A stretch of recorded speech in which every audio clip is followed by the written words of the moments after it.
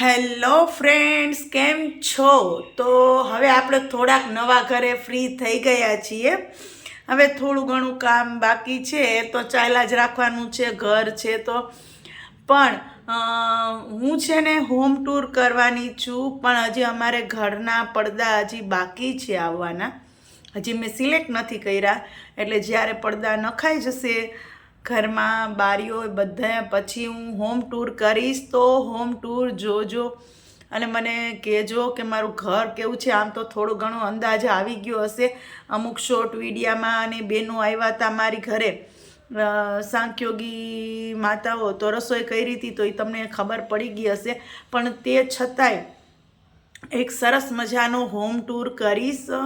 હું પડદાની રાહ જોઉં છું કે પડદા નખાઈ જાય પછીથી એકદમ સરસ લુક આવે ઘરનો, એટલે ત્યારે હું હોમ ટૂર કરીશ. પણ હવે હું ફ્રી થઈ ગઈ છું તો હવે હું ડેઈલી વ્લોગ્સ મૂકીશ ને. આ મારો મંદિરવાળો રૂમ છે જોવો, પણ હું અહીંયા છે ને સંચાની સામગ્રી લઈને બેઠી છું કે સંચામાં એક બોક્સમાં બધી વસ્તુ ભરી દઉં ને તો મને છે ને મળે આસાનીથી, એટલે એ બધું લઈને બેઠી છું. અને વધારાની વસ્તુ પણ બધી જવા દેવાની છે, કચરો, એટલે એ બધું ડેસ્કમાં ચોખ્ખું કરતી જાઉં છું. અને બીજું કે ભૂખ લાગી છે એટલે સાથે સાથે બોર પણ છે, ગામડેથી મમ્મીએ બોર મોકલાવ્યા છે તો બોર પણ ખાઉં છું. અને તમારા બધાનો બહુ સપોર્ટ છે, તમે બધા મારા વ્લોગ્સ જોવો છો અને જોતા જ રહેજો. પરંતુ અહીંયા નેટવર્ક પ્રોબ્લેમ છે એટલે મારે વાઈફાઈ કરાવવું જોશે, નહીંતર લાઈવ વિડીયો નહીં થાય.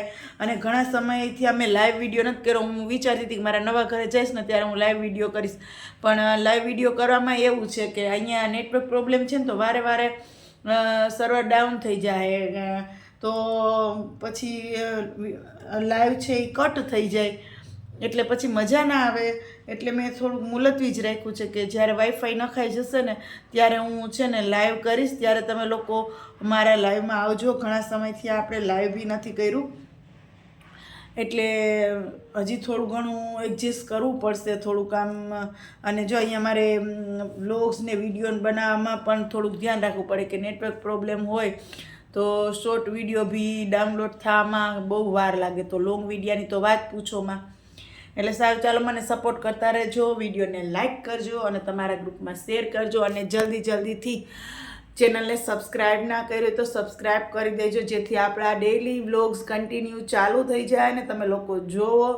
અને હવે તો જો અહીંયા મારો નવો પાડોશ છે, એટલે મારે બધા નવા વ્યક્તિઓની સાથે દોસ્તી કરવી પડશે. અહીંયા એક નવું ફેમિલી બનાવવું પડશે. જેમ કે આપણા જૂના પાડોશમાં આપણે કેટલા વર્ષ રહ્યા હોય તો આપણે એક ફેમિલી જેવું થઈ જાય, તો હજી આ બધા નવા છે એટલે એ બધાને એક ફેમિલી મેમ્બર તરીકે એક્સેપ્ટ કરવામાં થોડીક વાર લાગે.